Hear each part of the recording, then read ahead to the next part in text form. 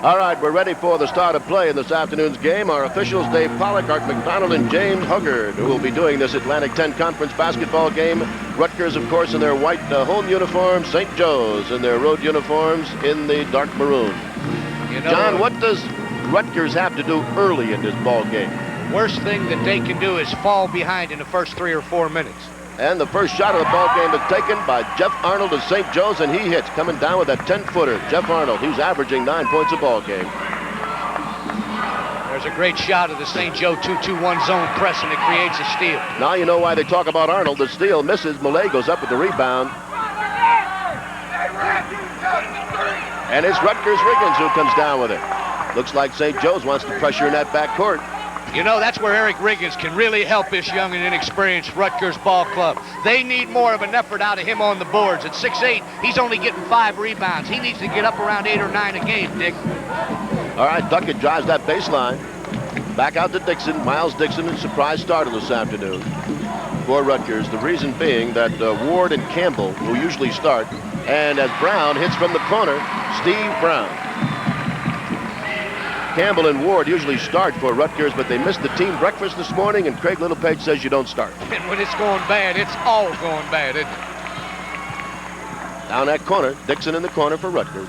Right there's what they need to do this afternoon, Dick. Play intelligent basketball. Come over against the drop-back 2-3 zone. They need to control the ball and get good shots. Now Peterson misses twice from inside, and here comes Brown again. I'm sorry, Arnold again for St. Joe's. Considered one of the finest point guards in the East. Does it all. Slattery across and loses the ball to Duckett. Lead, Riggins. Misses the shot, foul is going to be called on St. Joe's, Jeff Arnold. You know, you asked me about Rutgers, Dick. What did they need to do? They need to play right from the opening gun. They've done that thus far. They've had excellent opportunities in the first minute and a half of this ball game. As we can take a good look at Eric Riggins coming right at the glass, doing exactly what he should do, and as he gets a little stronger next year, he'll convert that into 3 instead of going to the line for 2.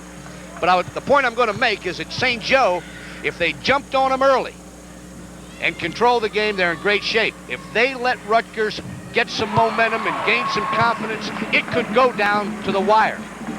Well, Riggins, you know, is not the greatest from the foul line. He's only a 65% shooter. Hits the first. See, and he's too good of an athlete to be a 65% free throw shooter. And gets that second as well. So we have Rutgers out in front of St. Joe's by 2, 4-2. As Rutgers showing that little pressure in the back. Not intense, but enough for the ball to be knocked away by Steve Brown out of the hands of Jeff Arnold. You know, one of the fun things about this game this afternoon, Craig Littlepage and Jimmy Boyle, they're no strangers. Craig at Penn for 3 years. They've played one another a lot of times, so you're going to see a lot of the same defenses and offenses utilized. Rutgers packing it down low, making it tough, and that's what happens, but Millay goes up with the rebound. Greg Millay gets his first 2 for the afternoon. We're tied at 4.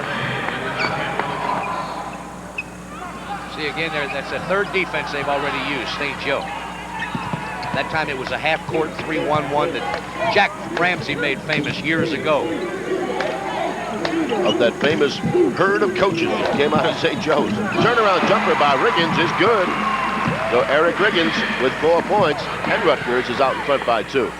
Good crowd on hand here this afternoon for this Atlantic 10 Conference basketball game. Can't give that man much room down low, but he'll hurt you eventually. No basket. Foul call against St. Joe's. You know, that's quite a baptism for Mark Peterson, the 6'9" sophomore out of Oak Hill, West Virginia, because he's playing against 2 seasoned people to the inside, Dick Galliette. As we take a look in here, you'll see Rodney Blake do exactly what every big man's supposed to do. Not dribble the ball, take it right to the glass. Just with the shot. That foul, by the way, was on Leahy, who was in the lineup, picked up his first foul for St. Joe's. 6-4, Rutgers has the lead by 2. I'll tell you, Dick, on that one, we indicated that Mo Martin was a 3-dimensional player. shooting, rebounding, and anything else he wants to do. You saw an offensive crack that time that he hit Eric Riggins, and Riggins is 205, and he just went boom. Well, Martin picks up his first foul. That's the second team foul against St. Joe's in the early going here. Some 3 minutes have been played in this first half. Now, Jeff Arnold again, he's all over. He gets his hands in there, and quickly St. Joe's comes back the other way. Maurice Martin guarded by Riggins. St. Joe's in no hurry. Yeah, that's a tremendous look at the background of the St. Joe Hawks. I mean, they've been here a number of times. They move it well. Slattery, Dave Slattery from the corner. And so we're tied at 6, and we have 3 different Hawks that have scored field goals. Arnold, Millay, and Slattery. Steve Brown. We mentioned that Brown had to orchestrate it, and that's what he's done thus far the first 4 minutes. He's looking at that St. Joe zone.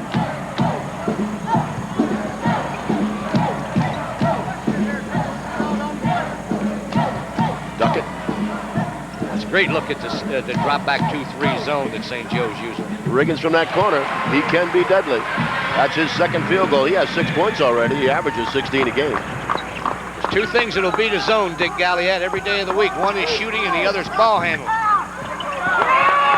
Miles Dixon up court quickly for Rutgers. Jeff Arnold drops back in front of him. Dixon says, let's set it up.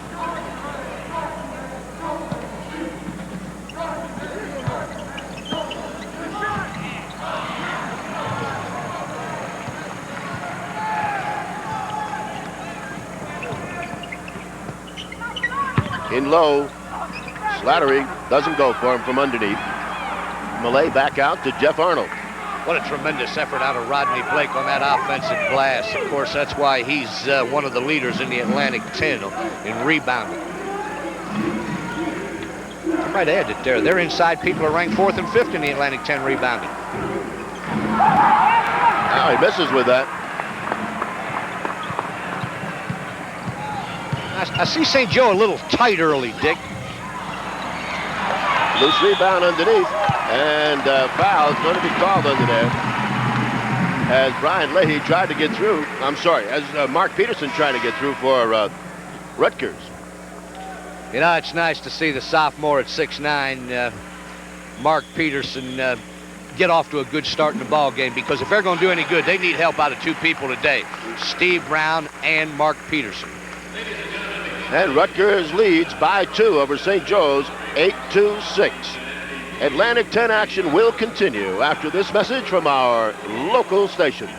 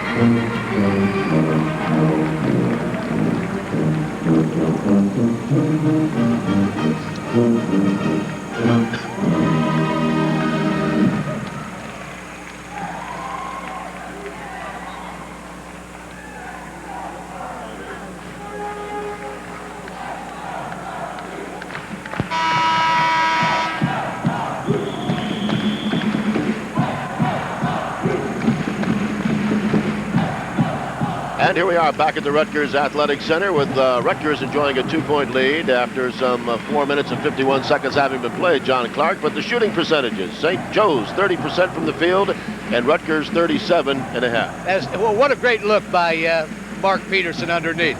Again, Dick, I'm a big believer in when those big folks get that ball under that glass, that's why the Lord made them so big. He doesn't want them to dribble. He wants them to shoot the ball. Wants them to keep it off that floor. 15:09 to play in this first half. Rutgers with the basketball. Rutgers with the 2-point lead. It has seesawed back and forth since the opening. See, right here's a key for Rutgers. They can't let it get away from them. Now Peterson loses it as he tries to put it on the floor, then get the turnaround. They take it away. St. Joe's. Martin. Nice left-hand layup. It is good. Maurice Martin with the move. He's fouled. Duckett picks up the foul for Rutgers. And I'll tell you, Richard Galliette, on that move, You saw all the accolades that Mo Martin and talent that he has that time. He kind of duck step left, one dribble to the right side down the gap, and had the wherewithal and good body control to put it up on the glass, and he's going to complete 3. Puts it in. He's a great shooter. He has a 75% shooter from the foul line. 9-8 St. Joe's with the lead, and St. Joe's with the steal. Take it out of the hands of Duckett over to Malay. Passes off to Martin. Duckett takes it away, but St. Joe's comes back with it. Missed with the shot by Williams. Out of bounds, St. Joe's ball. I tell you, talk about officials being on top of the call. Good look at Jimmy Huggard, the former excellent player out of Villanova University who's been calling games a long time, and he's one of the good ones across the country, Dick. Malay feeds in and quickly get the ball in the hands of Martin. Go baseline. Oh, with an alley-oop to Wayne Williams. Nice pass. Great hoop. 11-8. St. Joe's in front by 3.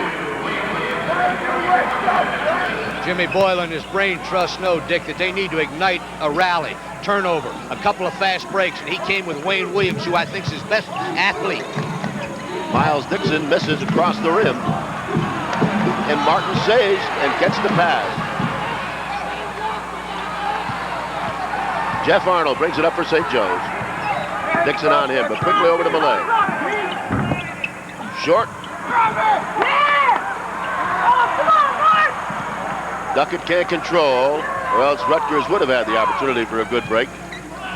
You know, those first or 6, 7 players that the St. Joe Hawks have, they're awesome and they're dynamite, and they are a cohesive unit. Wayne Williams is an outstanding talent. He's 6'3", 190, a junior out of Bordentown, New Jersey, Dick. Up and in for Steve Brown, his second field goal of the first half, and it's 11-10. St. Joe's with the 1-point lead. So what Rutgers is doing to him, Dick, a little bit, they're making it a 15 to 30-foot game and not giving St. Joe an opportunity to run that fast break where they're scoring 70 points a game. See, as long as the game's close, you keep that offense stationary. Arnold handles Malay, back to Martin. And Martin just makes it look easy. 5 points for him. It is for him, Dick. He averages 19 points a game. You know, one of the premier players in the Atlantic 10 Conference. Oh, not only in the Atlantic 10, Dick, this young man almost made the '84 Olympic team.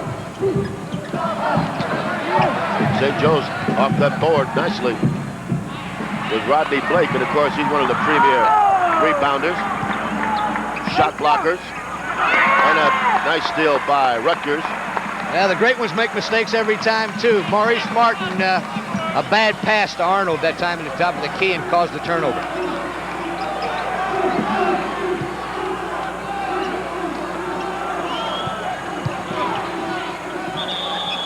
And John Clark, do you believe it? The scoreboard is out. Oh, not 2 weeks in a row, Richard. Oh, I don't believe, huh? So the officials are gathered around the scorer's table. Maybe somebody, there it is, somebody had kicked out the plug, I guess, from behind the bench. So St. Joe's is out in front of Rutgers 13-10. As you and I say, not another game without a clock. Let's hope that that we can. It is repaired as we look up there. But that game we had last week, 2 outstanding coaches, teams, West Virginia at Temple and McGonigal Hall. No clock after the 2-minute mark. And I'll tell you something, Dick, it turned into an unbelievable game. It did. It did. I have the feeling here that Rutgers is really portraying a determined team effort here. They are not going to let themselves get panicked, and they have said to themselves ahead of time in this game, we are going out there and play them tough. Well, it's the old axiom in a game of basketball. Okay, so with the score, St. Joe's 13, Rutgers 10. Atlantic 10 action will continue after this message from our local stations.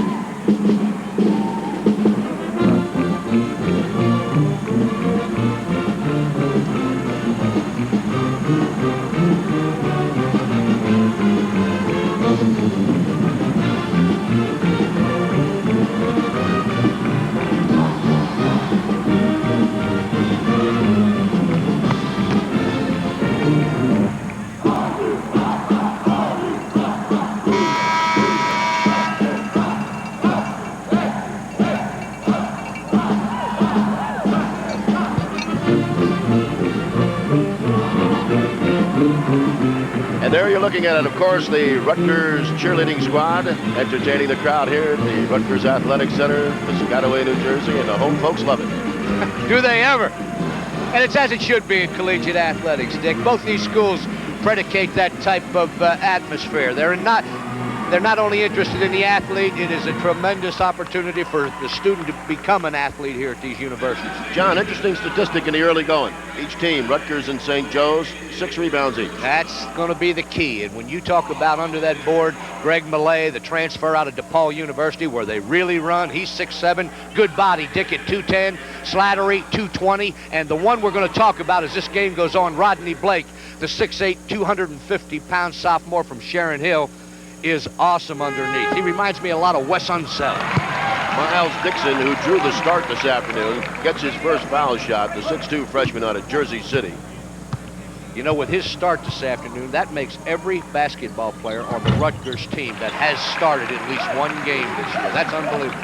And one man that started them all is number 14, Steve Brown. We have a 13-12 St. Joe's lead here with 12:18 to play in this first half of basketball. St. Joe's with the ball as Wayne Williams tries to drive through. Can't get anywhere. And good defense, so it's tied up, and the ball goes over to Rutgers on the possession. You're talking about two talented athletes there. That Anthony Duckett, even though he's only 6'6", he can leap out of the gym, and as the majority of most players that come out of D.C. can. Plays some incredible high school basketball in that D.C. area. Spring Garden, that's unbelievable. All right, Riggins, he ducks it for 2. You know the nice thing about a Rutgers club today, Dick, they haven't panicked. No, not at all. I really like their poise in the early going. Riggins with 8 points, and Rutgers with that 1-point lead.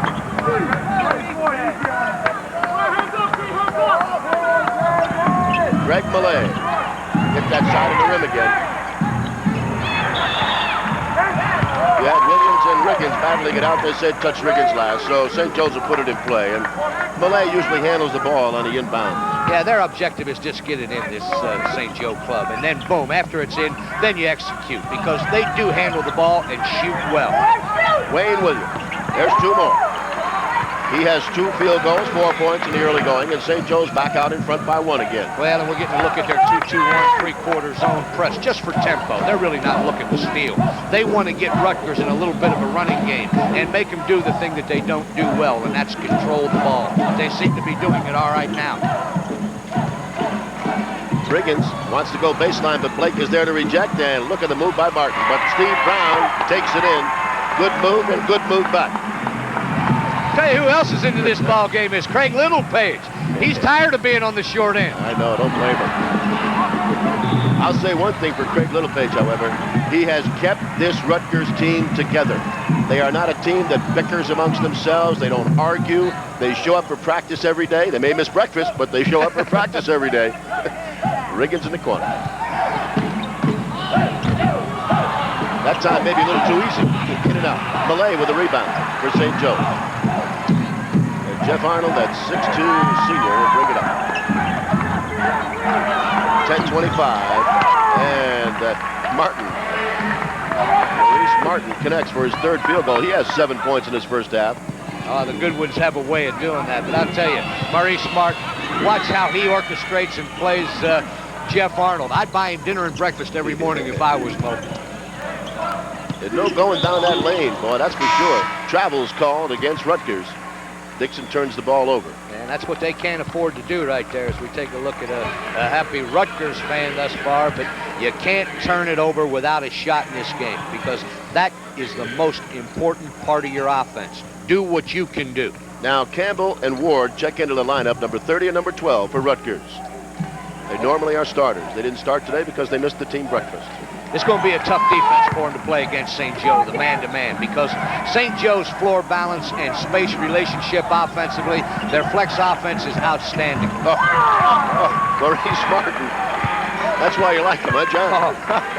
Yeah, he's definitely going to be a front-round pick in the NBA, and it's as it should be.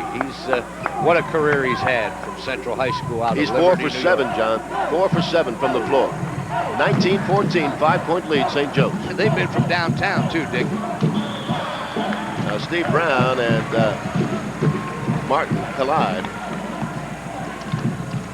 even though there's 9:21 in the front half here, Dick, to show you how critical that possession was, they could have narrowed it to 3. They're currently down 5, but the important facet of that defense that St. Joe's using, that's 2 times in a row down the floor without a shot for Rutgers. Team fouls. Rutgers has 3. St. Joe's has 4. St. Joe's with the ball. That's their best defense to use, the zone, and make St. Joe hit it. Now Williams wants to go over Riggins, and Riggins picks up the foul in rejecting it.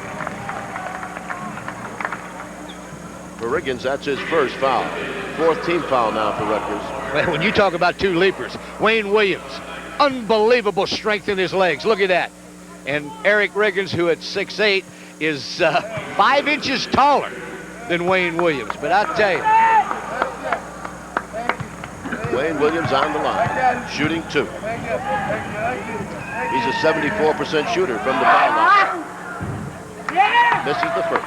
what happens to a player like a Wayne Williams, Dick, is that he's injury prone. He's had a back operation. He was an outstanding football player in high school. Could have played either sport in college.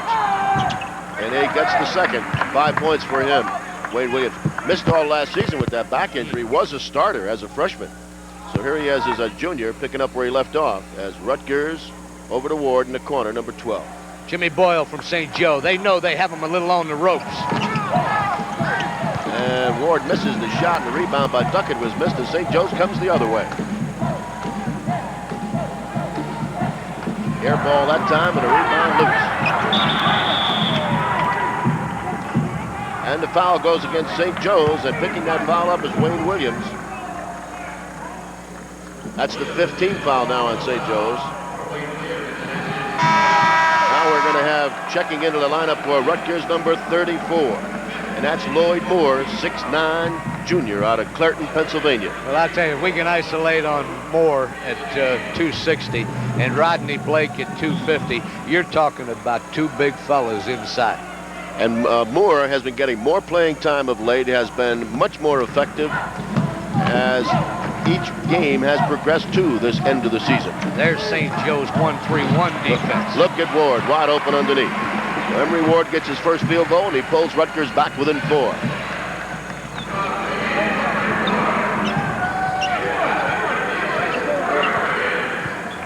It's almost like these teams practice against one another. Their philosophies are the same, both offensively and defensively.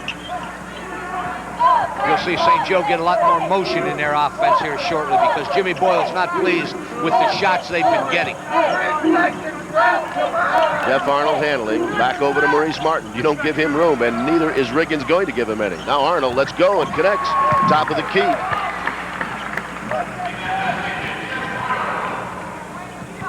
(22-16), St. Joe's by 6. That's their largest margin of the first half with 7:36 to play in his first half of basketball. See, now there you saw the pressure out of St. Joe. They drop back into 2-3 zone defense. The reason, Dick, is they execute the fast break better from the zone defense than they do the man. Steve Brown. Right there's a good example. Here comes Wayne Williams. St. Joe's puts the move on Campbell. And Campbell reaches out and grabs a piece of him instead. So Campbell picks up his first foul, and that's the 4th team foul for Rutgers.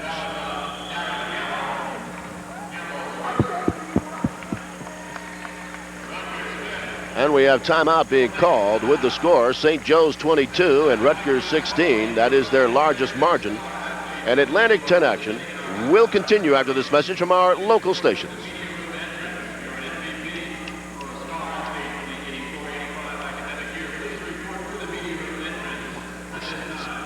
Field goal percent.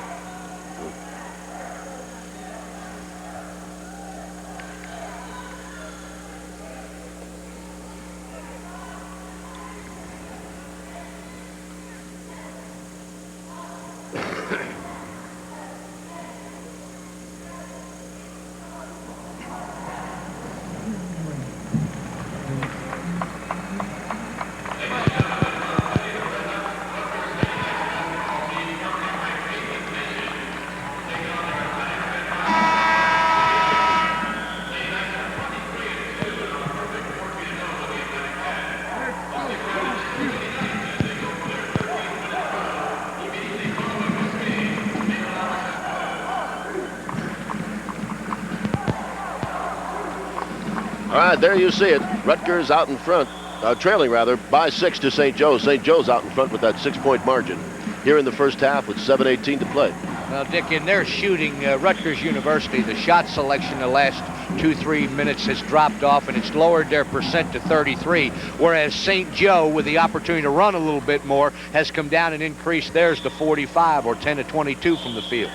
Wayne Williams on the inbounds gets the pass, goes up for the shot, but right there again to commit the foul for Rutgers is Darren Campbell. Now that's 2 quick ones on Campbell. And that makes it 16 fouls for Rutgers. And it's little things that make championship teams. And St. Joe, Dick, they do the little things well. They shoot well. They ball handle well. They don't turn it over an awful lot. They make you beat them. They have an arsenal of defenses that number a man, a zone, a pressure. They vary the pickup, but they're an extension of their basketball coach, Jimmy Boyle, who was a scintillating performer at St. Joe. And as Wayne Williams gets 2 more, so he is 3 out of 4 from the foul line in this first half with the 7 points. 24-16. Now it is St. Joe's out in front by 8. Emery Ward handles. And didn't want to take it to the hoop, huh? Well, they need to get Riggins. The room then, John. They need to get Riggins out of that backcourt and put him up there where he can do some damage, like right up under that hole. But Maurice Martin looking for the same thing. And we have a foul called against Rutgers. St. Joe's will be going to the line. That's the 7th team foul. You know, what a career the big fella Rodney Blake out of Monsignor Bonner High School. And I might add, Dick, I have a lot of friends in the Philadelphia area because I used to coach in that Catholic League many years ago. And St. Joe over the years has done a good job of getting the super player out of there. And Rodney Blake played for a kid at Monsignor Bonner that I coached at St. Francis. I notice wherever we go, though, you know people. That's because I contributed to their 1-loss record in the majority of cases. And the foul is called on Wayne Williams. That makes it 2 on him and 16 fouls for St. Joe's. And by the way, John, Rutgers with 7 turnovers and St. Joe's with 3. And that's one thing that Rutgers can do, Dick, and they're averaging 19 turnovers a game. Yeah, that's far too many. That's hurt him all season long. Campbell drives and has the ball knocked out of his hands. So Rutgers will handle again. 6:37 to play in his first half from the Rutgers Athletic Center. Dick Elliott and John Clark bring you the Atlantic 10 Conference Basketball Game of the Week. Emery Ward goes high to take that inbound pass, and Steve Brown to the top of the key to set up. Again, St. Joe's presents the zone. See, there's no movement. They've got the offense standing stationary. Campbell off the side. Malay takes down. Wayne Williams back out to Flint, and Martin shoots. Flint in the lineup, number 14 for St. Joe's, 5'10" junior. A little bit of a fast break, and Campbell comes down for the jam. Darren Campbell with his first hoop of the afternoon. 24-18. St. Joe's leads by 6. They collapse on Williams, and there's Belay wide open. Riggins. Woo. And they say, had the ball, huh? Had the ball. You know, it's as it should be again. They kind of upset the Rutgers partisans, but it's a good call because he did have his hand on the ball. As we can take an outstanding look at Campbell coming in with the left-handed dunk, and he's got good speed, does Campbell from Rutgers. Well, I woke up to home, folks. Now, they're a long way from out of this, Dick. I think if you'd asked Craig today, would he like being only 6 or 8 down, he'd have said, yeah, I'll take it the front half.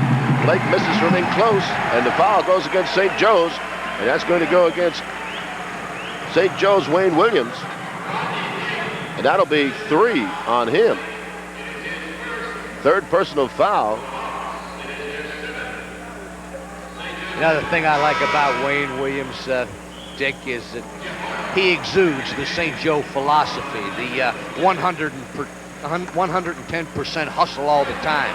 Tries to get every loose ball, tries to get every rebound, and that's been the history of St. Joe from Jack Ramsey, Jack McKinney, Jimmy Lynham, and now Jimmy Boyle on down, and it's their personality. Lloyd Moore connects from the foul line. He is a 69% shooter from the foul line. By the way, that foul went against Blake and not against Wayne Williams. 5 for 5 from the line is Rutgers. Make that 6 for 6. That has to please Coach Craig Littlepage. As checking back into the Rutgers lineup is number 24, Anthony Duckett. And Eric Riggins goes out.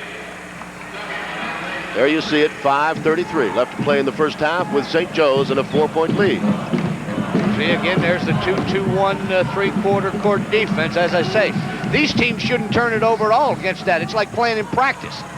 Well, they gave him the room twice, and he wasn't able to convert. That's 2 times Blake had it in close. And I guess the presence of Lloyd Moore threw him off track, because twice he's missed trying to go over Moore.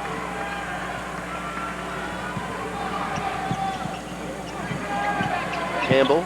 The advantage St. Joe has in a situation such as this game, Dick. As Steve Brown hits from the outside. 6 points for Brown, and Rutgers pulls within 2. Off the side. Rebound hauled down by Ward up court to Steve Brown. Campbell. See, bring it back and set it up. That's what they need to do right there. See, St. Joe's a tested team, Dick. They've been in the tournaments the last 3 out of the last 4 years, so they're going to know what they have to do at halftime, and I'll tell you this, Jimmy Boyle will get their attention. Steve Brown, this time doesn't go, but look at Ward. Up. No basket. No basket. But the foul's going against St. Joe's. I believe that's against Wayne Williams. That's my man that delivered the bread there for the concession stand up, giving the high five to his wife. Well, I'll tell you, what a great shot of offensive rebounding. As that ball goes off that iron, you take a look at Emery Ward, the 6'6" freshman out of Jersey City. Dick, and if all the high school players that are in the area watch that one, that's super play out of Ward. Ward's a 52% shooter from the line. He's first trip to the line this afternoon. Well, just tell him don't watch his free throw shoot. That's what he just did. He listened to you. And out of bounds, touched last by St. Joe's. It's still Rutgers ball. Now Rutgers, keep in mind, has a chance to tie here. They can get the hoop. I'll tell you who feels the pressure a little bit in this ball game at St. Joe, Dick. If we can pan the bench a little later on, you'll see Jimmy Black, one of the assistants of the Hawks, who was one of the catalysts on Dean Smith's '82 national championship team. So he knows how important this game is for the Hawks. Try to go baseline, bobbled, but Duckett's there, puts it in, ties it.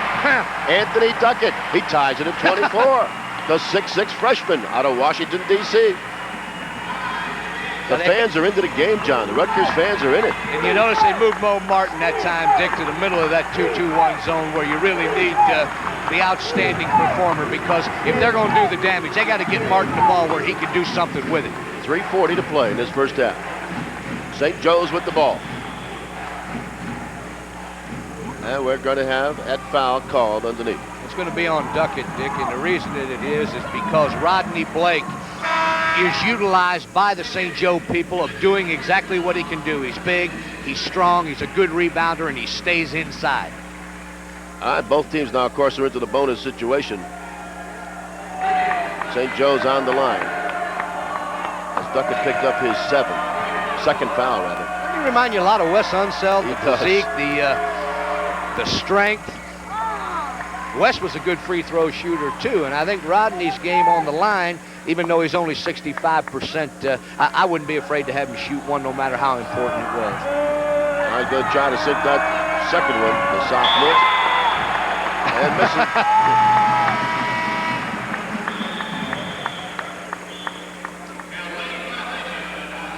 You know, there's Dave Pollack. We had a lane violation there. That's what we just want to make sure.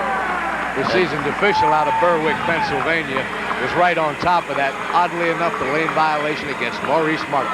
And St. Joe's has the 1-point lead, 25-24. Atlantic 10 action will continue after this message from our local stations.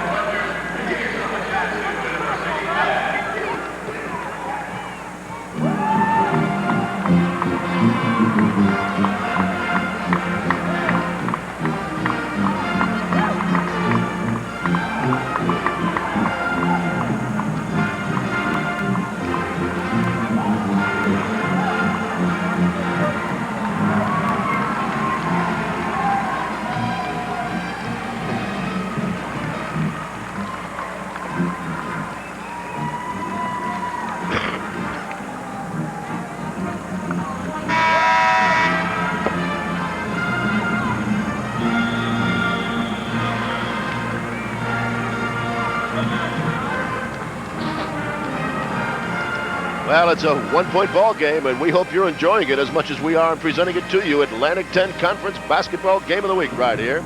And John Clark and Dick Galliette bringing this to you this afternoon. 3:37. There it is on the clock, John, in this first half. You know, this is an awful nice tribute to the Atlantic 10 Conference because St. Joe and Rutgers, of course, one of the key factors of this game, Dick, they both have 13 rebounds. My point was going to be, here's St. Joe. They're out front clowning. A win today clinches it for them. Rutgers, flat out, I mean, there's no kidding it. They're in last place. They're going to play the 7th place team in the tournament. But here again, with 3:25 and counting, it's a one-point ball game. So a tribute to them. They came to play. And you know the other tribute, John? The crowd came to watch them. No, seriously, there's an old Riggins misses and foul underneath. There's an old marketing story along the way, Dick, that if you give the people exactly what they want, they're going to come out and support you. And yes, winning's important, but equally as important is the way you do it. Well, that's it. They have the poor record, but the fans here at Rutgers realize, above everything else, that youth and inexperience has been the problem, not effort. Well, here's a young man that in 2 weeks has really matured as far as I'm concerned, because 2 weeks ago when we came in, as he notched the score at 25, 2 weeks ago whenever we came in, he didn't start against GW. Came in at the 7-minute mark, but did not start. He came to play today. 16 points a game is what Eric Riggins averages. This is that second one. That's his first miss, though. He's 3 for 4 from the line in the first half. 25 all. We're tied with 3:08 to play in this first half. See, as long as they can hang in the zone, they've got a shot at beating St. Joe. I'll tell you, want to watch beef against beef? Just watch that. Moore and Blake have been banging back and forth, 6'9" and 6'8". Ooh. Now, the big guy, Lloyd Moore, he's going to lose that argument, and so's Craig Littlepage, because regardless what he was doing underneath, Rodney Blake, I really love the way Blake at 6'8", 250 pounds maneuvers underneath. He has no wasted motion, Dick. He knew from the time he caught that ball that he was going to do one thing with it, and that was shoot it. He has 2 shots coming up, and the first one going up now. Hits the front. You know, the trademark of the St. Joe clubs over the years has been outstanding guards. For example, Jimmy Boyle, who's the coach of St. Joe. In high school, his teammate was a young guy by the name of Jimmy Lynham, who's the assistant with the 76ers today. Well, Blake missed 2, so he's 1 for 4 from the foul line in this first half of basketball. We have 2:55 and counting down to play in the first half. We're tied at 25. Rutgers could go out in front. Riggins says, let me try, and he's fouled going to the hoop. That foul is going to be called on Dave Slattery. That'll be the second on Slattery, the 6'7" senior. Slattery's work ethic has really come on the last couple of years, but Rutgers doing exactly what Riggins is capable of doing. He puts Slattery in a position that time where he had to move with him, and Slattery does not have the quickness that Eric Riggins has. Riggins on that line. He is 3 for 4 so far this afternoon. This time hitting the back of the rim. I'm glad he didn't break the board that time, Dick. Had it been just a shade harder, he had the wherewithal to do it. Bailey Alston, number 32, checks into the Rutgers lineup, the 6'3" freshman from Henderson, North Carolina.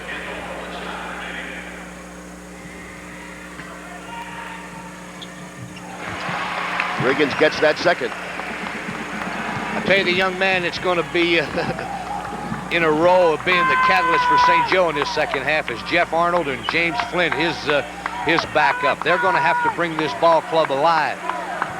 Rutgers with the 1-point lead and 2:33 to play in his first half. This is Rutgers' tempo as long as they can hang close. Malay, 34, handles for St. Joe. Excellent positioning underneath out of Moore and Blake. Look at him coming across that lane. And you give the room, and underneath they go to Slattery, and it's off the rim, no good. St. Joe's has been missing inside. Lloyd Moore, no good. He stood as much chance of making that as I did. And look at Moore come back after it, but he misses inside.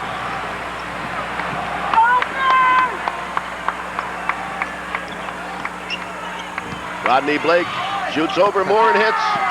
That's Rodney Blake's first field goal of the afternoon for St. Joe's, and it puts them back out in front by 1 with 1:43 to play in this first half.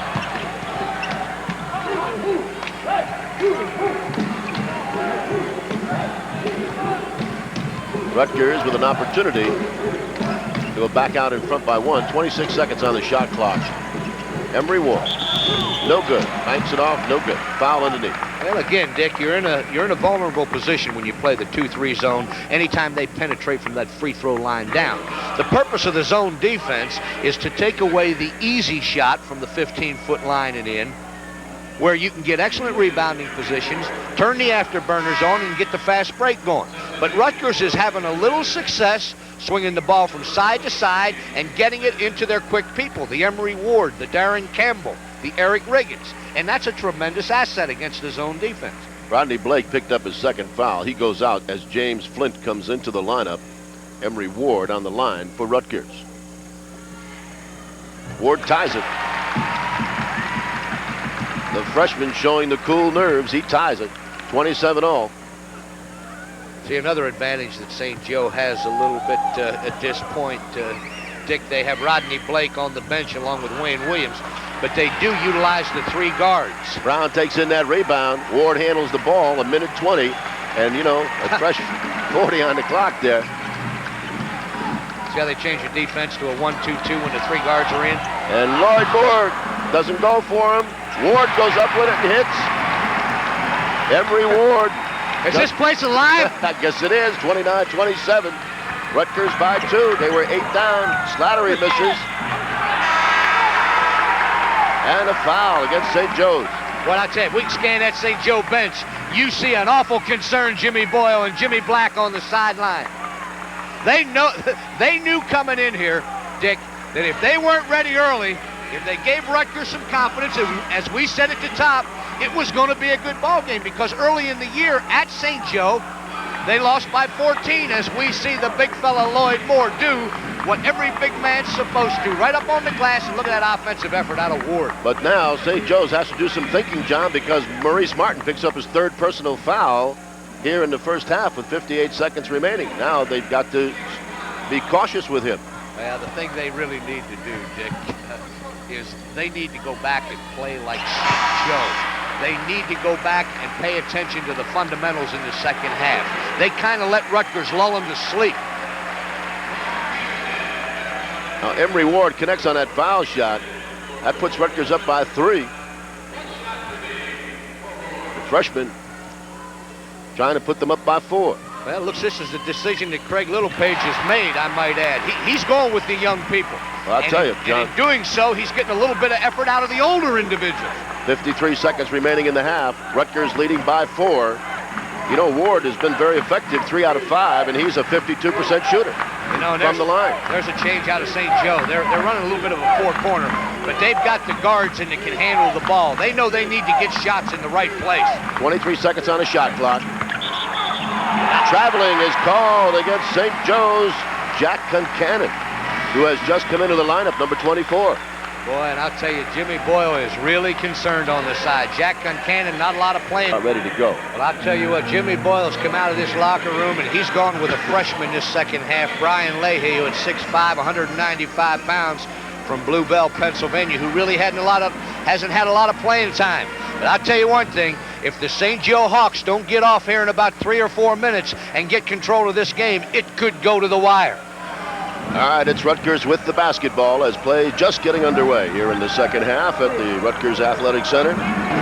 Campbell handling the ball over to Brown and then to Riggins out there. This is a totally different Rutgers ball club than we saw 2 weeks ago against GW, Dick. Riggins lets go. Maybe he should not have taken that shot. St. Joe's with it across court. You watch him pay attention to detail now with Flint handling that ball. And Arnold. Blake goes in on Duckett, and the basket is good, and the foul is going to be called. Rodney Blake gets the first hoop of the second half. You're going to see why Jimmy Boyle's received a lot of awards for coaching, Dick. It's taken him less than 45 seconds to realize that his offensive ball club has been standing around. Rodney Blake got that ball at the top of the key, spun, one dribble, went to the offside, and went on the line to shoot 2. And he hits that, completes the three-point play. Sorry. But just as important, by driving on Duckett, he forced Duckett to pick up his 3rd foul. And created the activity. You make a great point. Notice their defense is getting a lot more active, too. It's what Rutgers needs to do. They're patient. They've got control of the game.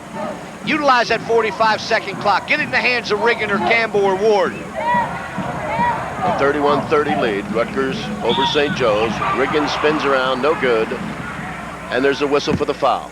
See, the nice thing about that, Dick, for the Rutgers Scarlet Knights that time, we told you at the top that the orchestration would have to be done by Steve Brown. Well, they're on a year that they're 7-19 overall. But that doesn't mean that they don't play well. They've been very close in some of these games, and he set Riggins up that time exactly where he should, in the 8-10 foot area where Riggins is really effective. Brian Leahy picked up the foul. That's his second of the ball game. Eric Riggins on the line.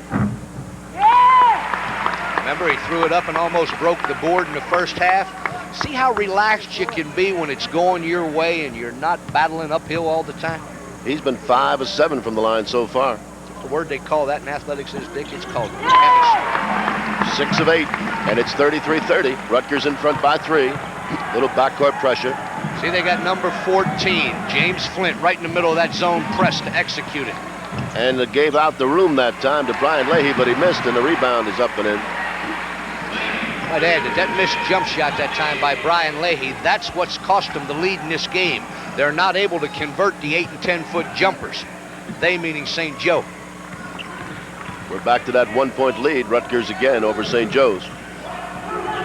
We've not yet had 2 minutes played in the second half. One of the reasons why St. Joe's likes to play that defense, Dick Gallietta, is that number one, they're not real deep in personnel, and they can't afford to have those 3 guards in foul trouble. It's an asset when you're ahead, but a deficit when you're behind. There's Riggins, but he gets an air ball out of bounds, and St. Joe's ball. I love the way this Greg Millay plays, a 6'7" transfer from DePaul. He's a long way from Philadelphia, Pennsylvania, and Orlando, Florida, but he fits right in with their group of people. Down low they go to Jeff Arnold. Has it knocked away, but the foul goes against Rutgers. I love those players that every time they're called for a reach or a grab. You know, coaches spend a lot of time teaching that. You kind of look surprised, like you didn't hit him. One of the great teachers in the game that alleviated that problem was John Wooden, the former coach at UCLA that won 10 national championships. As we look at Jimmy Boyle, he always had his players carry their hands above their head unless they were handling the ball. Emory Ward committed that foul. That's the second team foul on Rutgers in the second half. St. Joe's with the ball. Millay, number 34. He's looking at that Rutgers zone. See how active Blake's getting in there from side to side, high to low, a little that UCLA post. Leahy takes the shot. It's an air ball, and Blake goes after the rebound. Back out, and St. Joe saves. What a great defensive play that time out of Duckett. Blake misses. They battle under those boards. Leahy, it's good, and he's fouled. Brian Leahy gets his first field goal for St. Joe's in the afternoon here. That's the St. Joe basketball team that I've known over the years right there. That ball, it's always been one of the great strengths of the Hawks, as we see Rodney Blake.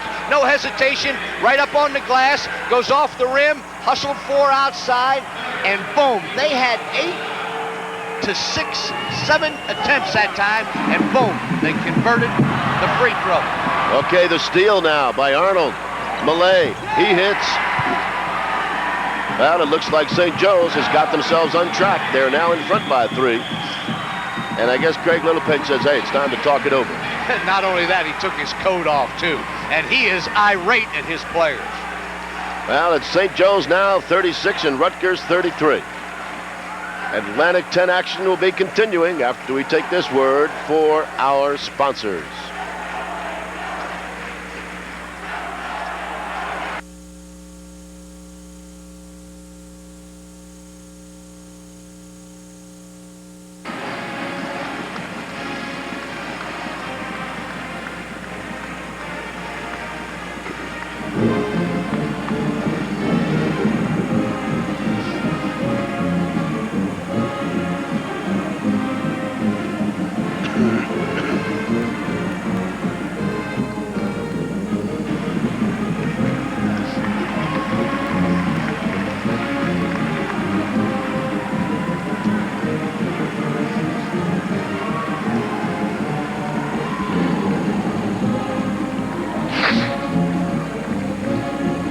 Yes, sir.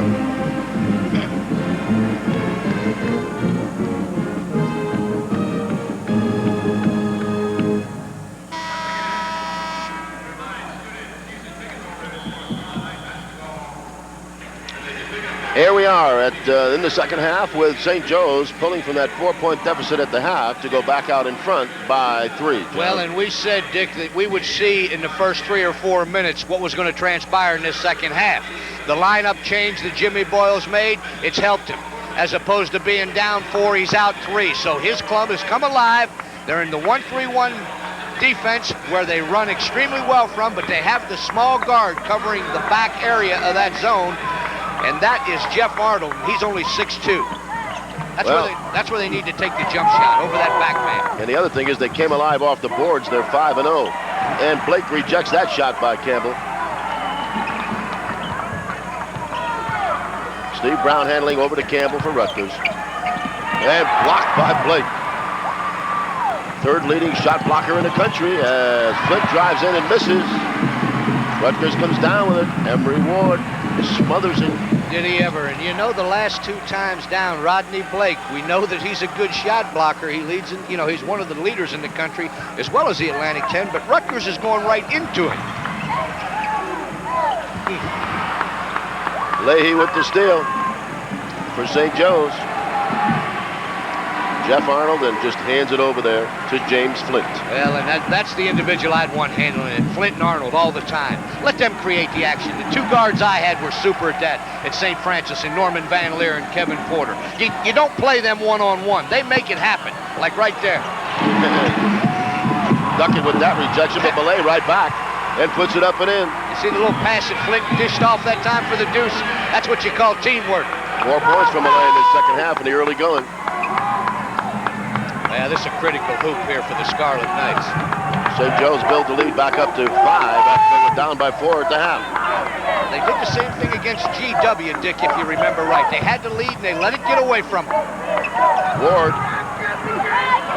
goes after his own rebound. Misses, but he's fouled. And Moore and Dixon check back into the lineup.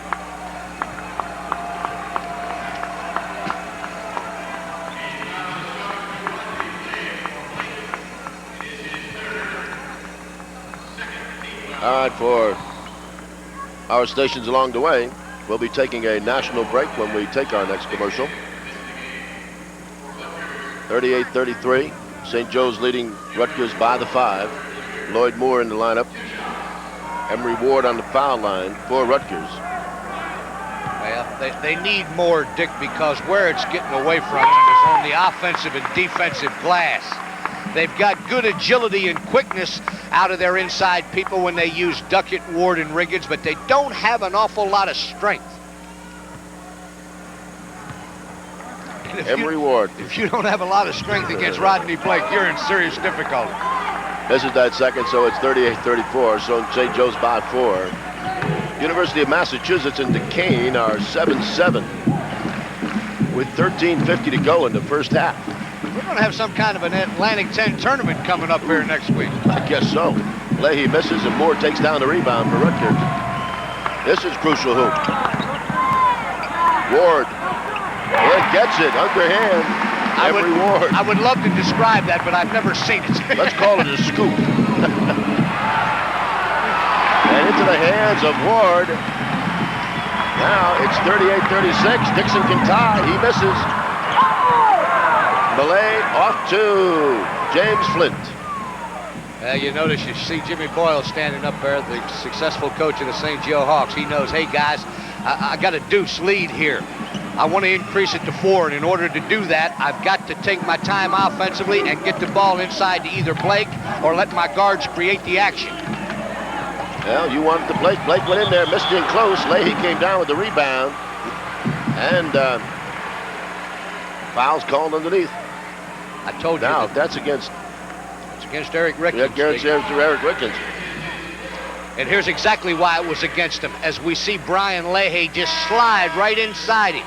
And it's like I said in the front half, the St. Joe Hawks are a tournament-tested team. They've been to the NCAA 13 times, Dick, in their history. The NIT, 8. They've won and shared 13 Big 5 titles. This club believes that the game really isn't over till it's over, and you see the little things starting to come about. All right, taken away. Moore knocked it out of his hands, out of Blake's hands. By the way, Riggins goes to the bench with 4 fouls, and that puts Anthony Duckett back in the ballgame, number 24. As Steve Brown, number 14, handles the ball for Rutgers. 13:50 to play in this basketball game. You know, I'd like to comment on Riggins in there with 3 fouls and picking up his 4th. I think Craig Littlepage did a nice job. Why save him? You know, there's no dance after this one. He needs to be in this game and hope to win it.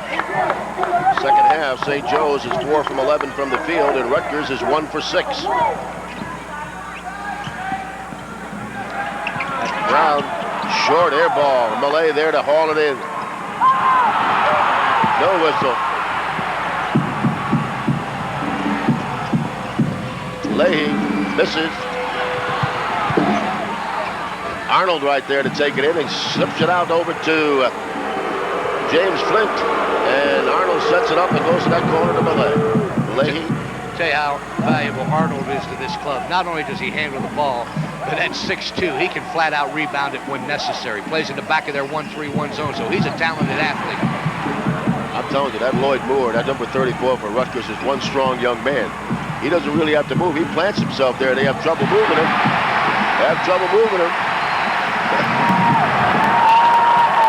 Out of bounds. Off Moore that time. St. Joe's will put it back in play. You'll notice against Lloyd Moore, Rodney Blake, number 53, the 6'8" player, and it's going to get out of hand here if the officials don't stop it right now. But you see, Art McDonald come in there and do a great job, because the one thing that Rodney Blake doesn't want to have happen now is let a motion cloud reasoning, because Mo Martin's in foul trouble. Rodney Blake picked up that foul. That's a great coaching move by Jimmy Boyle right there, Dick. He's up a deuce. He can afford one mistake. He's got an upset Rodney Blake on his hands, and whether he be right and or inaccurate as we look at him, being encouraged by his teammates, you don't want somebody out there that's not in control of all of his faculties. Picked up his 4th foul with that. We have a 2-point ball game. Rutgers trailing by 2. Dixon with a... Whoa! Miles Dixon. He picked a great time for his first field goal of the afternoon. He ties it at 38. Blake is 2 for 7 from the field in the ball game, by the way, as he sits on the bench for St. Joe's. Well, you notice whenever he was against Moore, he tried to be a lot more active than he is whenever he was against Riggins. Look who they have playing at low hole now, Mo Martin. That's right. Does that tell you his versatility? I guess so. He shoots over Moore and hits. The basket's good and he's fouled. That's Martin's first field goal of the second half. Moore will pick up the foul for Rutgers.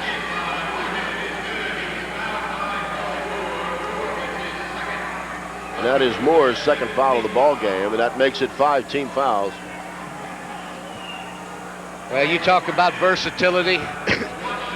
You see the layup that was just outstanding. It was a lot of showmanship, and Dick, a play like that looks awful good when it goes in.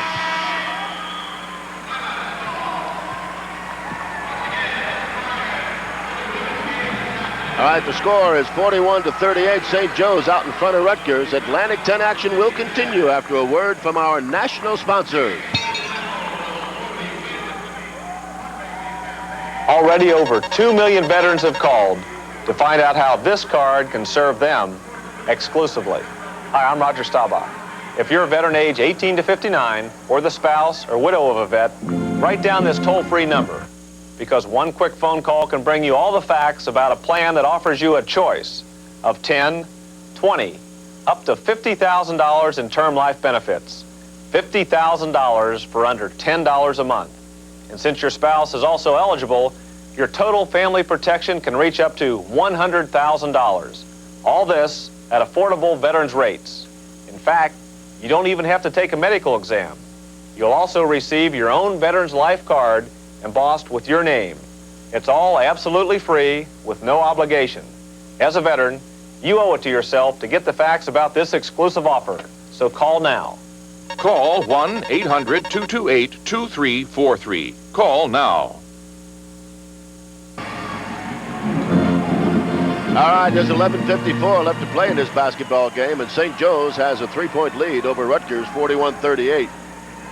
And, of course, that big Atlantic 10 Conference tournament coming up gets underway on the campuses on February 21st, and the quarterfinals on the 27th. And, boy, are we going to have fun next Saturday, because we're going to do a doubleheader, 7 and 9 p.m. from the Meadowlands. And I'll tell you, if it's any indication the way this one's unfolding, we've got the first place club and the last place club in the conference, and here we are with 11:50 and change, a 3-point spread. And I might add, With Dick, some bad shooting from the floor. I might add, but the difference in those stats is St. Joe's got 9 rebounds already this second half, which it attributes to a 7-point swing. They were down 4 at the half. Rutgers with the ball.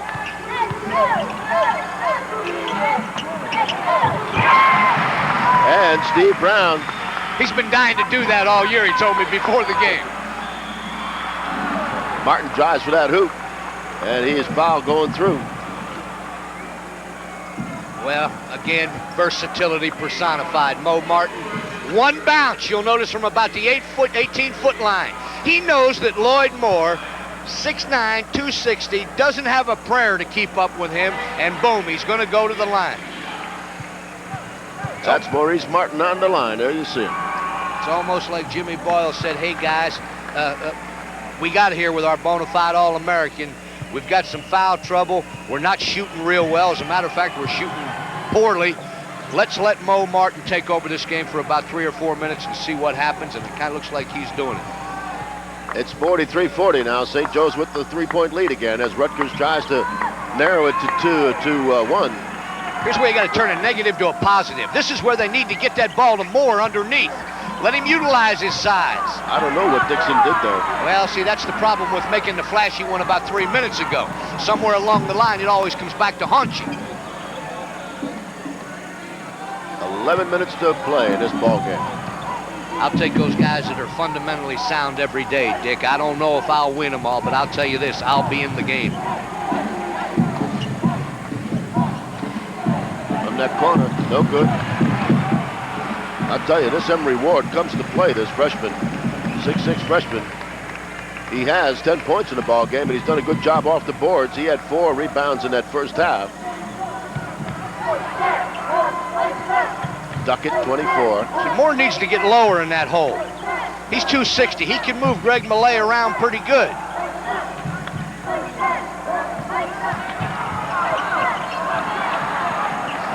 See, he's 0 for 2 on the showmanship there. He should have thrown the bounce pass, as Coach Littlepage is indicating to him.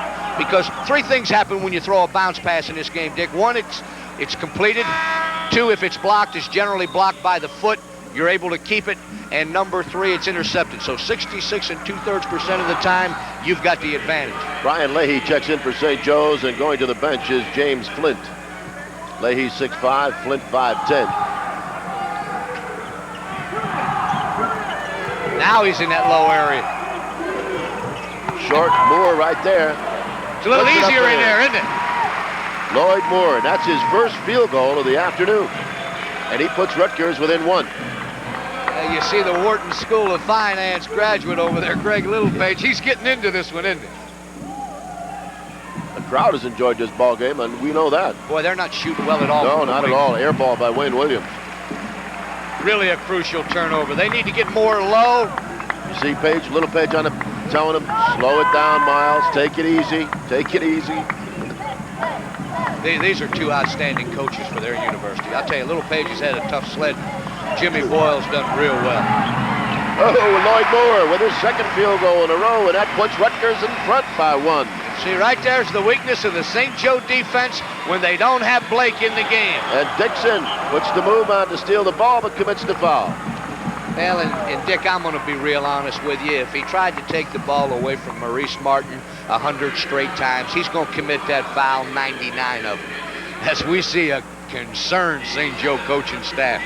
That's the 7th team foul, so now it's bonus rest of the way with 9:14 to play in this basketball game. As our viewers look on that bench, you'll see Jimmy Boyle lean back and listen to Jimmy Black. And I'll tell you, I remember him with the Tar Heels, Dick, and what an athlete he was. Not a flashy scorer, not a flashy passer. Excellent defensive player and tremendous field generalship. And it's amazing. He's got a national championship ring to his credit. 16 points for Maurice Martin. As Rutgers having trouble bringing it up and across, and Brown can't handle it, so it goes out of bounds and over to St. Joe's. And St. Joe's with the 1-point lead, opportunity to extend it to 3. That's where you got to have the confidence in a Steve Brown, the 6-foot junior out of Trenton, New Jersey. I mean, you're 26 games into the year, you're playing St. Joe College, you're down 1, you can't afford to turn it over.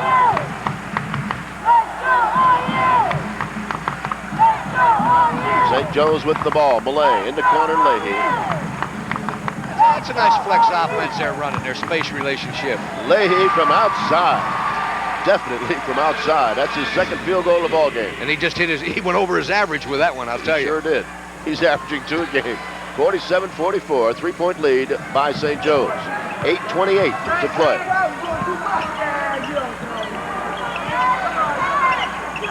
See, now they got him low, but they can't get it into him.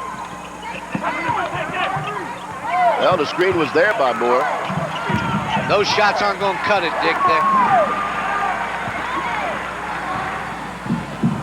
Nice pass, and Martin off the side of the rim. Nice rebound by Ward.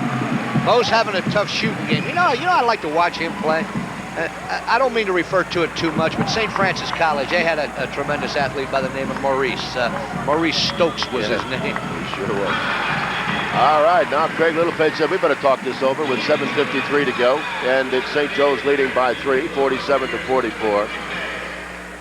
Atlantic 10 action will continue after this message from our local stations.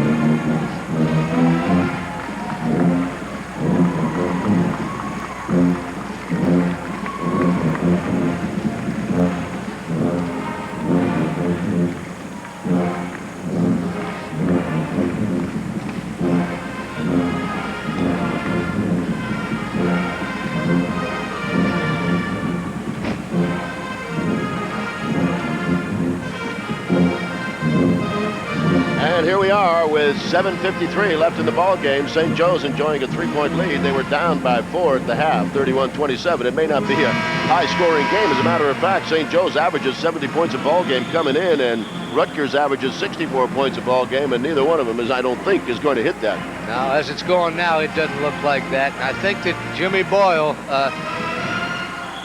at this point in time, needs to really encourage this ball club, but he's in the Hall of Fame at St. Joe, Dick. Former captain at St. Joe's, 1964 team. I'll tell you, what a credit he is to a university. I know his family, his wife Teresa, son Kevin, who's a graduate of Harvard, and the other 3 go to St. Joe. So, I mean, he exudes their philosophy. Rutgers with the ball. They trail by 3. By the way, Maurice Martin is 5 for 12 from the field in the ball game and 6 for 7 from the line for his 16 points. Underneath Riggins. No, he's fouled by Wayne Williams, and the opportunity for a 3-point play went down with the miss. Let me tell you what a good coaching adjustment Craig Littlepage just made. You'll notice for the last 3 minutes, Eric Riggins has been on the bench. They've tried to go to Lloyd Moore underneath, who really doesn't have the offensive flair that does Riggins. But you'll see Littlepage now has brought Riggins into the game for the offensive alignment, and the next time down, watch Lloyd Moore get on the offside and look for that offensive rebound. Riggins on the line. He is 6 for 8 this afternoon from the foul line. Make it 7 for 9. Riggins with 13 points, and he pulls his team, Rutgers, to within 2. Now he can pull to within 1.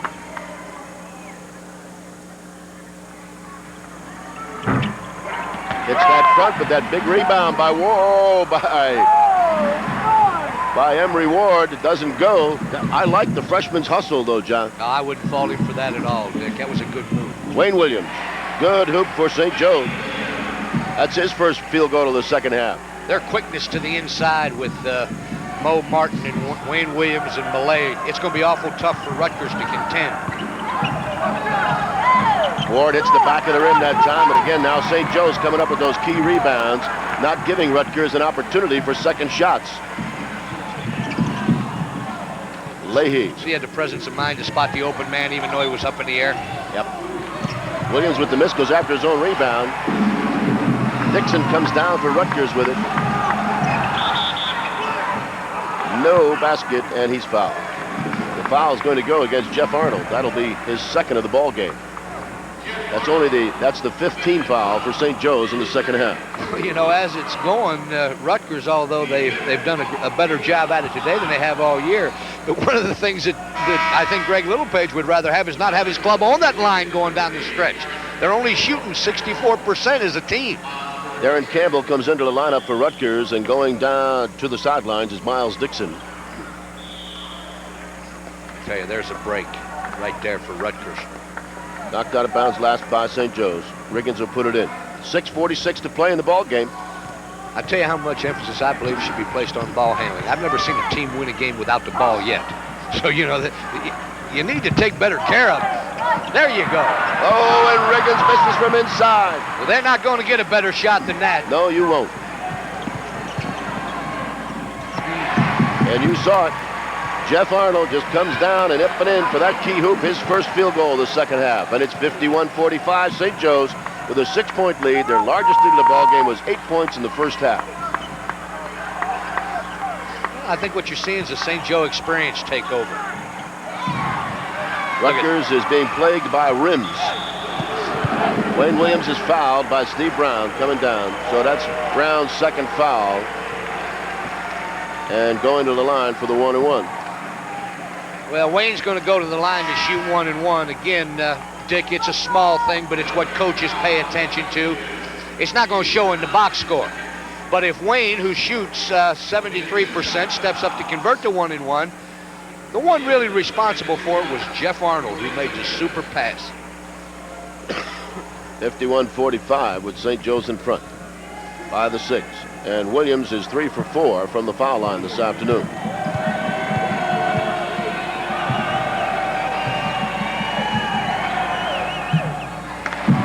And he's 4 for 5.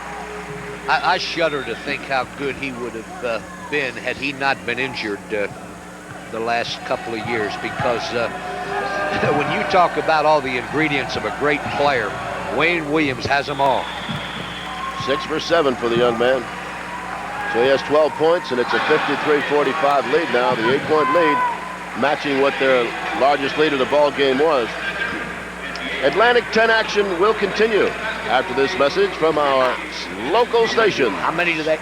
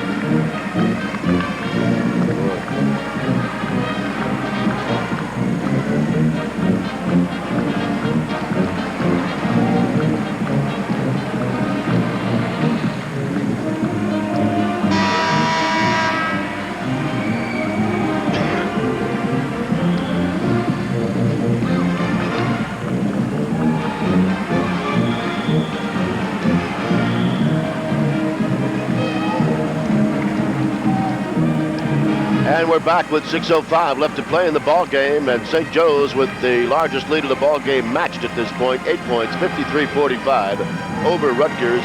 Rodney Blake still on the bench for Rutgers with those 4 personal fouls.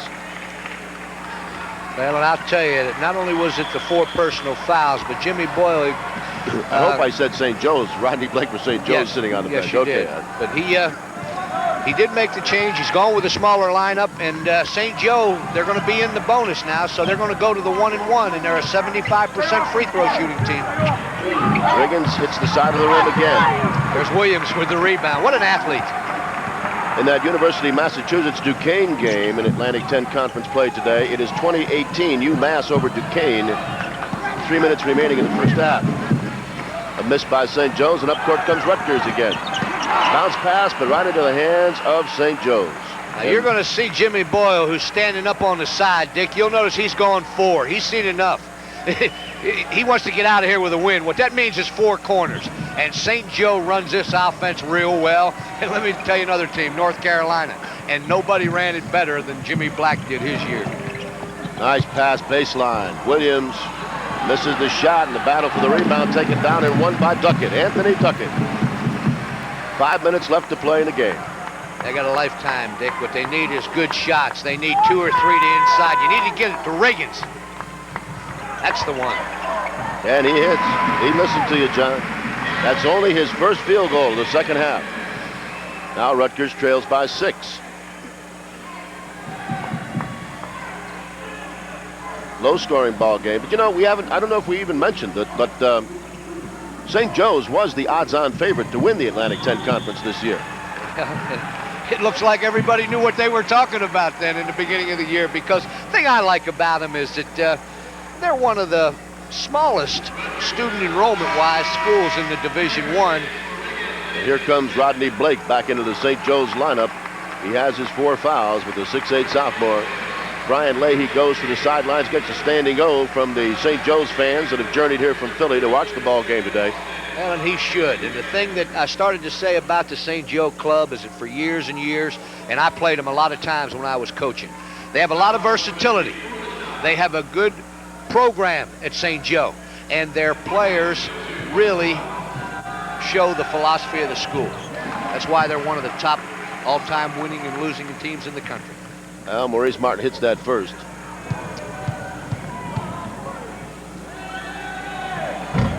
And misses the second. And it'll remain St. Joe's ball. 4:28 left to play. 7-point lead, St. Joe's over Rutgers. Well, we said at halftime you'd see what they were made out of, and there's 4:28 and counting. A long way to go, but I think they exemplified why they are leading this conference, Dick, this second half of play. They came out and made it happen. Campbell and Ward check into the lineup for Rutgers. Now, see, strength they don't need now. They meaning Rutgers. They need some small, quick people. Maurice Martin just takes it to the hoop going over Ward, and he connects and is fouled by Ward. You know, Emery Ward did a good job there, but I'm going to be real honest with you. Very few people in the country are going to draw a charge off Maurice Martin because he has as good a body control as I have ever had the opportunity to watch inside out of a guy. See how he just moved that body to split the seam there? And that's innate talent, Dick. That's not teachable. You need to have those requisites. Lloyd Moore checks back in, and Alston goes out for Rutgers. Martin is 6 for 7 from the foul line in this half. Misses that second shot. 56-47, 9-point St. Joe lead with 4:15 to play. They don't have the luxury of coming down and moving it around now, Dick. They got to get that ball in, and in a hurry. Got to snap the cords. See, this is St. Joe's best defense right here, the 2-3 zone that they can run out of. They play the 1-3-1 real well, too. I would say St. Joe's is saying, do it all you want. Just use up as much of that clock as you want. And the battle for the rebound, we had the foul. And that's the purpose of the zone, and it served its purpose that time. Of course, the thing I think the Hawks are going to maybe have to watch a little bit as the NCAAs unfold is that the majority of your nationally ranked clubs across that front, Dick, they'll come with, 6'11", 6'11", and 6'10", and no matter how good a leaper you are at 6'6" in Mo Martin or 6'7" in Greg Millay, you still got your work cut out against those big people. Well, he has his average. He can break his average right here, and he does. He averages 19 a game. That was his 20th point, Maurice Martin. The 6'6" senior from Liberty, New York, preseason All-America, co-captain of the St. Joe's team. He's very unselfish. You know, he's a kid that he could average 35, 40 points a game if they wanted to go to him every time. But he's a complete player. There you see it. That's what's left. Lloyd Moore in close and misses. And the foul's going to go against Rutgers. Now it's gotten away from him here with 3:39, Dick. But the bottom line that Craig Littlepage and the Scarlet Knights have to be a little pleased of today. They didn't roll over and lay dead. They came in here to play. I take that back. It was St. Joe's foul. Emory Ward, his third foul of the ball game. It'll be Dixon going to, no, Rutgers puts the ball in play. Keep looking up there. I see the 7. They have not gotten into the bonus. To St. Joe's credit in the second half. Well, that's the benefit, again, of being able to use the zone. Look at what he did last week for the Temple Owls against the West Virginia Mountaineers. Yep.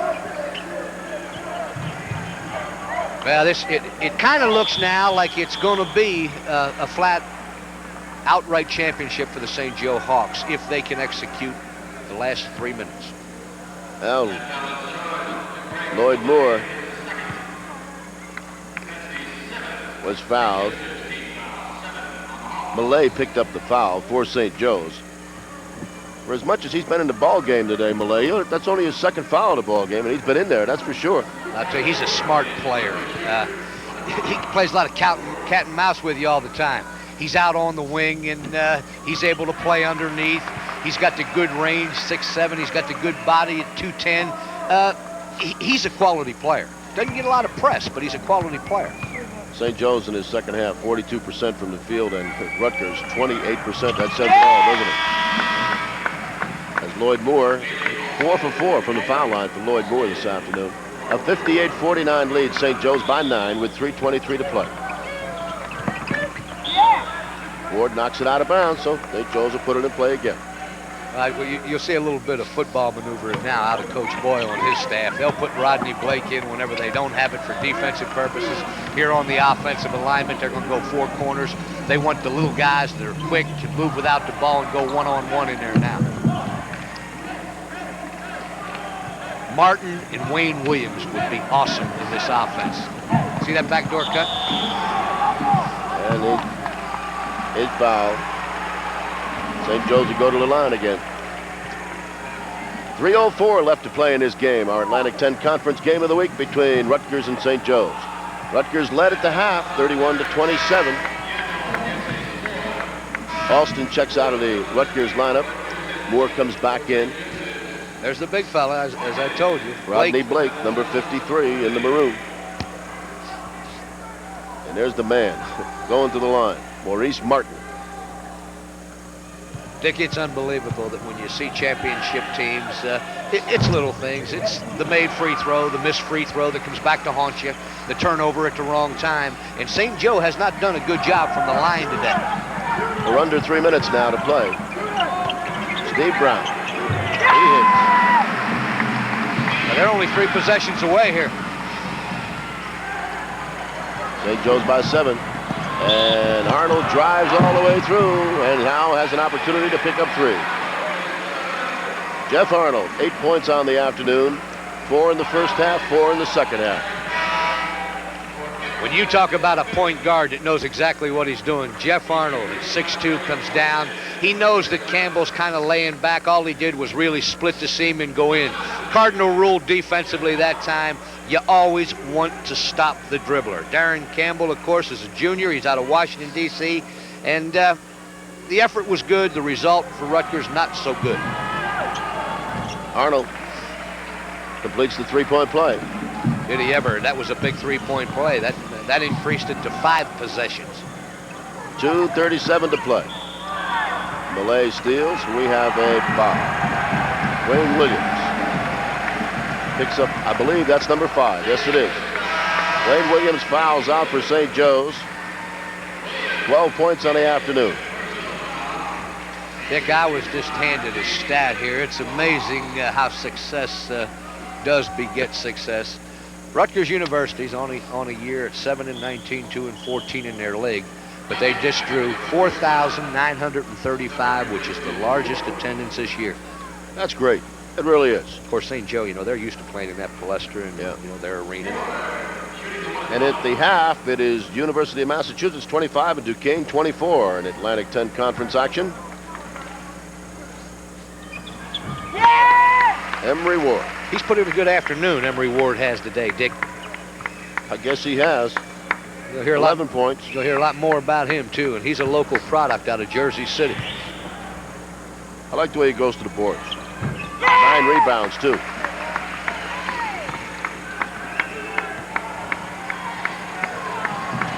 (61-53), 8-point lead. St. Joe's with the 8-point lead. I tell you, when they play Flint and Arnold at the same time in that fourth corner, it's unreal. That's what the big fella does well. Super pass to him. They call that execution, Dick. Back up to 10 is St. Joe's. Now you see Mo Martin giving him the cool look with the hand on his head, but the fact of the matter was as we look at Ron Bertovich's new daughter, Megan. I think she's less than 2 weeks or 3 weeks old. Megan Lynn. Yeah, Isn't she adorable? Oh, look at that. That's it. You have to take them to the gyms early. Well, our halftime guest, Teresa Grenz, great All-American player at Immaculata. Yeah. Atlantic 10, ranked 8th in the country, and what an athlete she was. I had the opportunity to see her play at Immaculata College. I did myself. Yep, super player. Rutgers with the ball down by 10. It's 2:05 to play.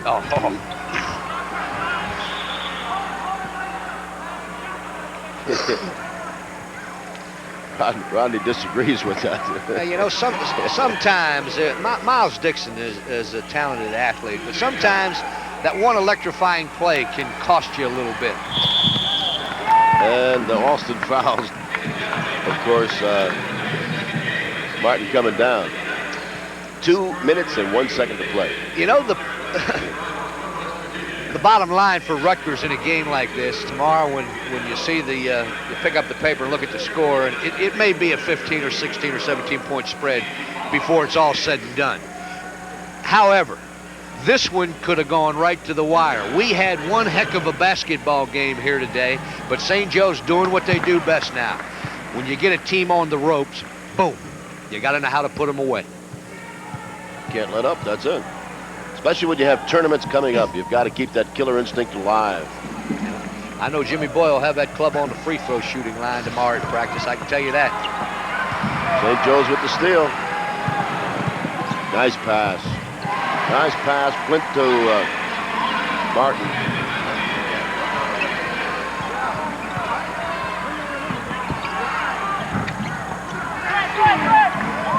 Round with the miss. There's delay. All he is a blue-collar worker. He just gets the rebound at the right time.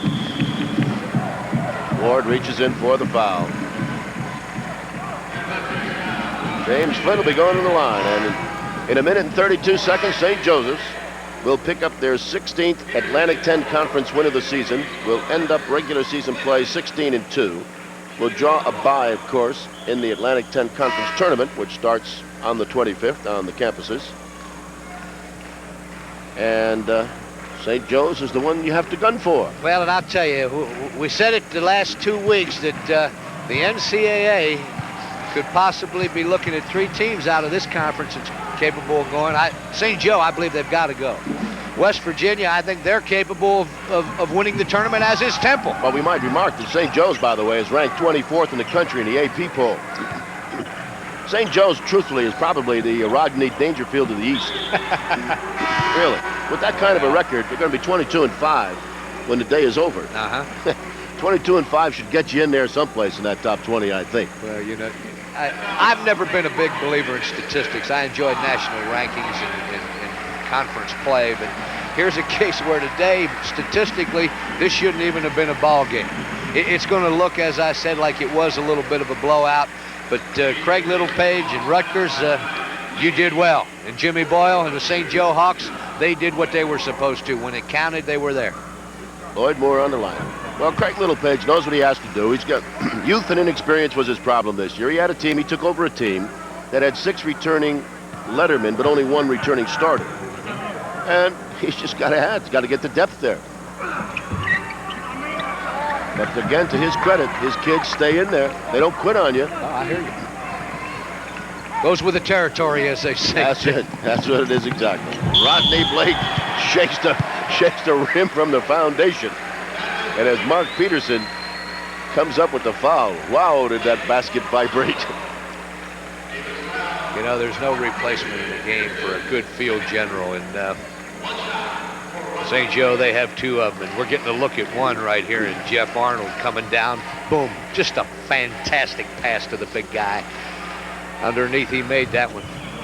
Their free throw shooting needs work. Martin, by the way, is 7 for 13 from the field, 10 for 14 from the line, 24 points on the afternoon. Pretty good afternoon. Not bad, not bad. Lloyd Moore, and Craig Littlepage decides to call some time. St. Joe's with a 68-56 lead over Rutgers with 56 seconds remaining. Atlantic 10 action continues after a word from one of our sponsors and our local.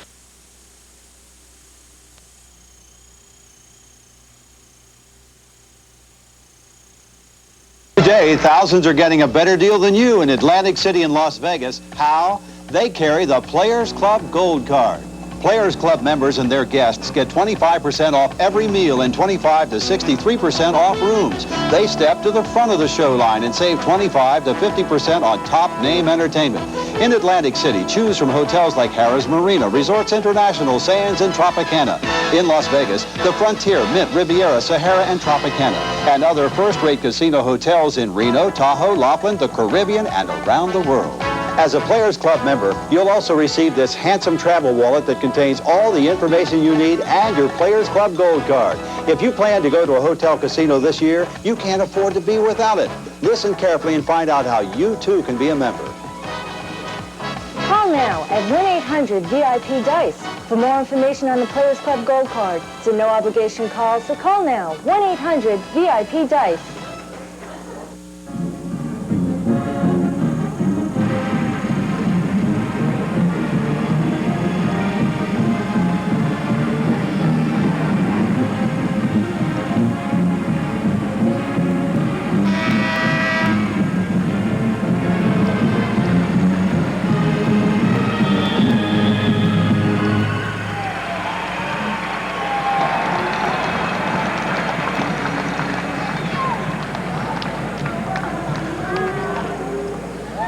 A little bit shy when the cameras turn on, that's all. But the smiles are there. They start them early here in New Brunswick. I tell you, everybody has a good time when they come. They really do. I've noticed this. This is our second time here.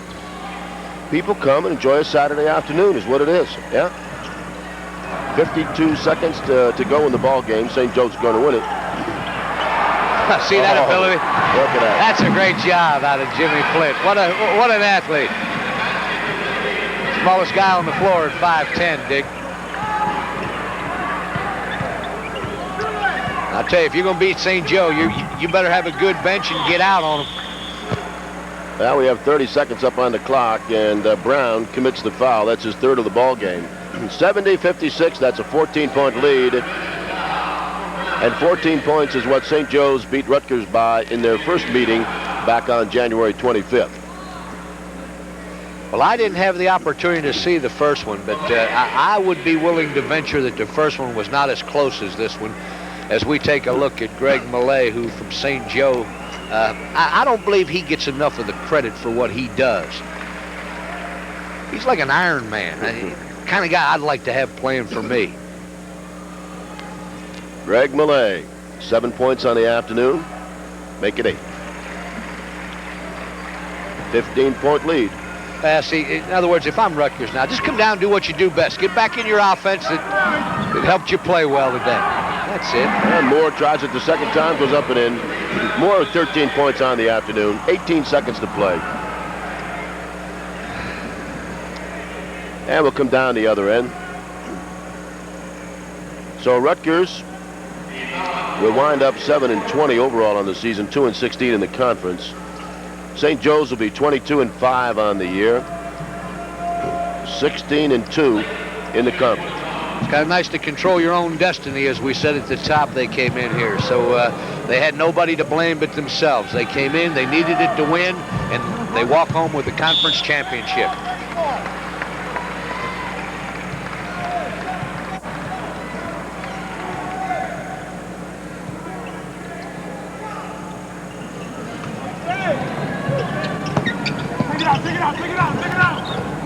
And Flint loses it off.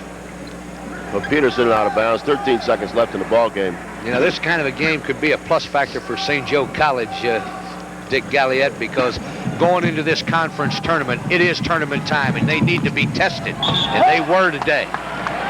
Rodney Blake.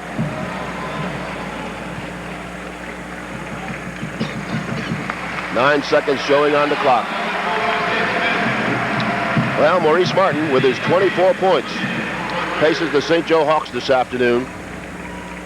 Wayne Williams, 6'3" junior, had 12 points on the day. Rodney Blake, 10 on the afternoon.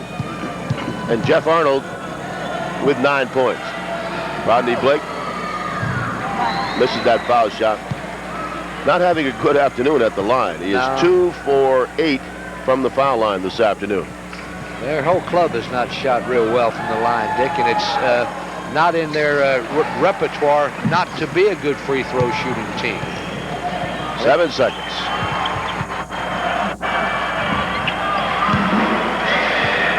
And we said at halftime we wanted to see what they were made of. They showed us. And that runs out the clock, and that is the final with St. Joe's 73, Rutgers 60. And, of course, St. Joe's winning the regular season part of the Atlantic 10 Conference with that 16-2 record up on top. High score, Maurice Martin, 24 on the afternoon for St. Joe's.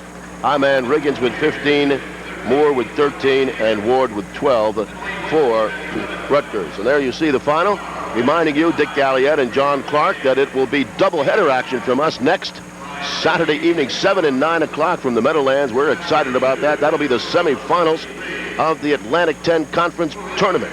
And I'll tell you, any indication, it's going to be dynamite. Okay, we hope you'll join us. And again, the final score, St. Joseph 73, Rutgers 60.